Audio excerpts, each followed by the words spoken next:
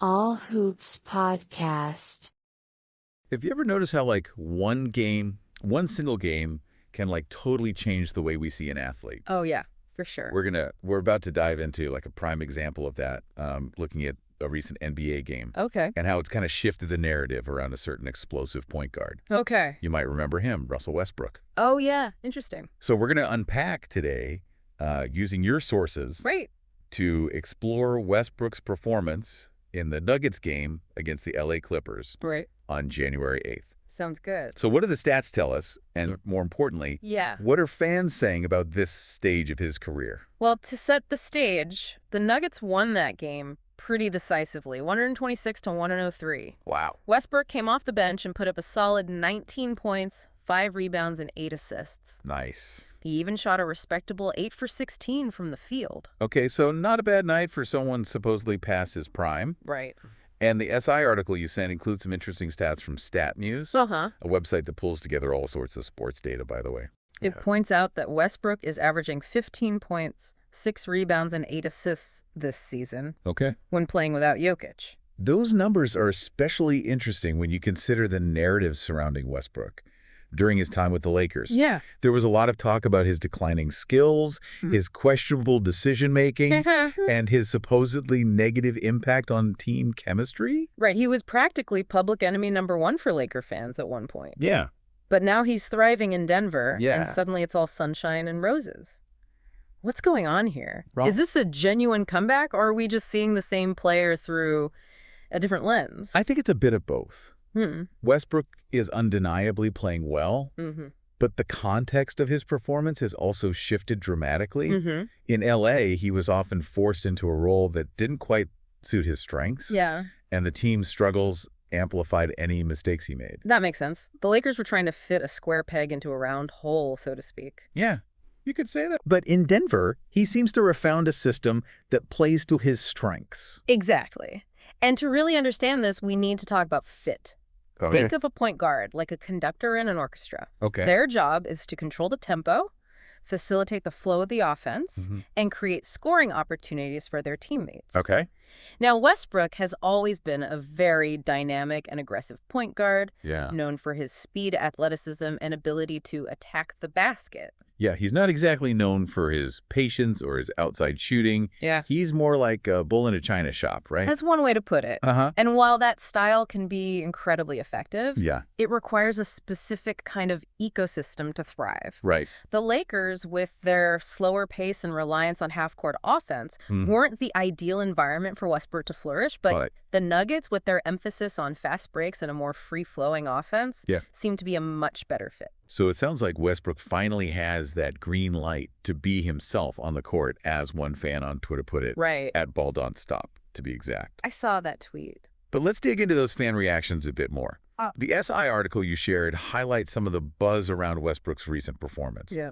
Some fans are absolutely ecstatic, like Etsedan Sevenal, who points out that the Nuggets have a winning record when Westbrook starts, Yeah. and that he's putting up impressive numbers in those games. It's true. Over 14 points, 6 rebounds, 8 assists, and over 2 steals per game, Wow. shooting over 50% from the field. And it's not just the numbers. There's a real sense of vindication among Westbrook's supporters. Right. Remember, he was heavily criticized during his time with the Lakers, Yeah. with some even suggesting he should retire. Oh, wow. Now fans like @ForeverHappy883 are taking to Twitter to celebrate his resurgence and call out those who doubted him. It's almost like they're reveling in his success, enjoying the fact that he's proving his doubters wrong. Yeah. But why is that narrative so compelling? Hmm. What is it about a comeback story that captures our imagination? Well, I think it taps into something fundamental about the human spirit. Okay.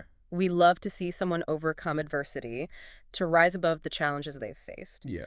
And in Westbrook's case, there's an added layer of satisfaction for those who felt he was unfairly criticized or scapegoated during his time with the Lakers. Right. It's like they're saying, we knew he still had it in him. Okay, but what about the fans who are taking a more critical stance? Yeah, I was wondering about that. The article mentions at Can't Stop the Rain, Okay. who questions why Westbrook gets blamed for the Lakers' struggles, but he's now being praised for the Nuggets' success. That's interesting. Is it fair to attribute team success or failure to a single player? That's a really astute observation, and it gets at the heart of one of the most complex questions in sports. Okay. How do we separate individual performance from the intricate dynamics of a team? Right. It's rarely as simple as saying one player is the reason a team wins or loses. So are we saying that fans and the media are too quick to jump to conclusions, Possibly. to create these simplified narratives that don't always reflect the full picture? I think that's definitely part of it. We have a tendency to look for easy answers, for someone to blame or someone to praise. Yeah. But the reality is that team sports are incredibly complex, with countless factors contributing to success or failure. Right. Like in this case with Westbrook and the Lakers and the Nuggets and everything. It's Exactly. complicated. It is. Yeah, it's like we're trying to solve a puzzle, Right. but we only have like half the pieces. Right. And sometimes the pieces we do have are like distorted by our own biases or like these preconceived notions, Right. you know? Exactly. In this case with Westbrook, I mean, it's a prime example. When he was struggling with the Lakers, it was easy to fall into that trap, attributing their problems solely to him. But now that he's succeeding in Denver, we're seeing how much context really matters. Right. And that context includes things like coaching style, the roles of other players, and even the overall culture of the organization. Absolutely. And let's not forget about the psychological aspect of all of this. Oh, yeah, for sure. Another fan in the article you sent, at Sahim23, I think wonders why Westbrook seems to play particularly well against his former teams. Oh, that's interesting. Could there be an extra layer of motivation there, a Yeah. desire to prove those teams wrong for letting him go? That's a really good point. Hmm. It makes you think about like how a player's mindset might be affected by things like, media criticism, Yeah. fan expectations, Sure. or even personal relationships with like their teammates and coaches. There's a whole other layer to this conversation about the mental game, the psychology of performance. Right. Think about it. If you're constantly being bombarded with negative feedback, Yeah. it's bound to impact your confidence. Yeah. And, that can translate to your performance on the court. Absolutely. Huh. But on the flip side, if you're surrounded by a supportive environment Right. with coaches and teammates who believe in you, Yeah. it can have the opposite effect, right? Totally. It can boost your confidence and allow you to play more freely. Exactly. Yeah. And I think that's one of the key differences between Westbrook's experience in LA Yep. and his current situation in Denver. Yeah, for sure. With the Lakers, he was often the target of criticism, both from fans and the media. Uh-huh. But in Denver, he seems to be embraced by the organization and the fans, and that positive energy could be contributing to his resurgence. Absolutely. So we've got the fit piece of the puzzle, the Okay. psychological aspect, Got it. and then there's this whole idea of narrative that we keep circling back to. Yeah. It's like once a player develops a certain reputation, Uh-huh. it's hard to shake it off even when they're performing well. It's almost as if we as fans and even analysts are constantly searching for those simplified narratives, those easy to digest storylines. It's so true. Yeah. We love a good comeback story Yeah. or the narrative of a player finding their place on a For new. sure. But sometimes those narratives overshadow the more nuanced realities of team dynamics and individual performance. Yeah, and what's really interesting in Westbrook's case is that we're seeing this shift in perception, even though his raw stats haven't changed drastically from his time with the Lakers. You're right. It's not like he's suddenly putting up 30 points and 15 assists every night. So what's different? Is it simply a matter of perception? Or is there something more tangible at play? I think it's a combination of factors. Okay. First, as we've already discussed, the Nuggets system seems to be a much better fit for Westbrook's strengths. Okay. He's allowed to play more freely to push the pace Yeah. and to utilize his athleticism without being forced into a role that doesn't suit him. That green light that Baldon Stop mentioned, right? Exactly. The freedom to be himself on the court. Yeah. The second factor is the overall success of the team. Huh? When the Lakers were struggling, it was easy to point fingers at Westbrook as a scapegoat. Now that the Nuggets are winning, his contributions are seen in a more positive light. It's almost like the halo effect, right? Yeah. The team's success shines a positive light on everyone, even if their individual performance hasn't changed dramatically. Precisely. And the third factor, which is a bit more intangible, is the narrative itself. Once a player develops a certain reputation, it can be hard to shake it off. But in Westbrook's case, his strong play in Denver is starting to challenge those preconceived notions. It's like we're witnessing a reframing of his legacy in real time. Right. And it makes you wonder, how much control do players really have over shaping their own narratives? That's the million-dollar question, isn't it? Right. On the one hand, you could argue that a player's performance speaks for itself. Yeah.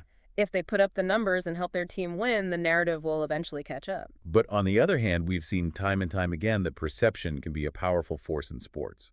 Narratives can take on a life of their own, even if they're not entirely accurate or fair. Absolutely. And social media has only amplified this phenomenon. With instant reactions and hot takes spreading like wildfire, it's harder than ever for players to control the narratives surrounding their careers. So where does that leave us? Are players at the mercy of the media and public opinion, or do they have some agency in shaping their own legacies? It's a complex interplay between individual performance, team success, and public perception. Players can certainly influence the narrative through their actions on and off the court, but they can't entirely control it. This makes me think about how important it is for us as fans to be critical consumers of sports media. Right. We need to look beyond the headlines and the hot takes and try to understand the complexities of the game. Absolutely. It's easy to get caught up in the drama and the simplified narratives, but the reality is often much more nuanced and fascinating. And in Westbrook's case, that reality is... Well said. His story is a reminder that there's always more to the story than what meets the eye. Okay, so we've explored a lot of different angles here, everything from the X's and O's of basketball to the psychology of performance and the power of these narratives. Right. But I think it all kind of boils down to one fundamental question. Okay. If external factors like team dynamics and public perception play such a huge role, how much agency do players really have in shaping their own legacies? That is a really good question, and it's one that honestly could spark endless debates. It's like we're trying to untangle a knot, but every strand is connected to something else. On the one hand, you have the things a player can directly control, their talent, their work ethic, the choices they make on and off the court. Yeah, their dedication to training, their commitment to their team, how they handle themselves when things get tough. Those are all factors within their control. Exactly. But then at the same time, you have all these other factors that are totally outside of their control, like the teams that get drafted by the coaches they play for any injuries they might sustain, Right. what public opinion thinks of them, even the era that they play, and all of that shapes how a player is perceived and how they're remembered. It's almost like a player's trying to build a house, but the weather keeps changing and the ground keeps shifting and everyone has an opinion about what color to paint the walls. Uh-huh. I love that analogy. And I think the answer to your question kind of lies somewhere in that tension, in that push and pull between what a player can control and what they just can't. They can't control everything, but they can control how they respond to the challenges and opportunities that come their way. It's like that saying, life is 10% what happens to you and 90% how you react to it. Exactly. And I think that applies perfectly to a player's legacy, too. They can't control the narratives that form around them, but they can control how they play the game, how they carry themselves, and ultimately how they choose to define their own success. So as we continue to follow Russell Westbrook's journey, it's going to be interesting to see how he navigates all of this. Will his resurgence in Denver lead to a lasting shift in how his career is viewed? Or will those old narratives kind of resurface if he faces new challenges down the road? I guess only time will tell. But one thing's for sure, Westbrook's story is a great reminder that legacies are complex and always evolving. They're not just shaped by, stats and accolades, but also by those narratives that we as fans and observers create and perpetuate. And that brings us to the most important takeaway for you listening at home. As you watch Westbrook, or any other player for that matter, remember that you're not just watching a game, you're watching a story unfold. A story that's influenced by countless factors. Some you can see and some are hidden beneath the surface. Be mindful of the narratives that you're buying into, Consider the multiple perspectives that are at play. And I think most importantly, just appreciate the complexities of athletic performance and legacy building, because it's often in those complexities that we find the most fascinating and insightful truths. Well said. And with that, we've reached the end of our deep dive into Russell Westbrook's resurgence. We hope this has given you a new lens to view the game, the players, and the stories that captivate us all.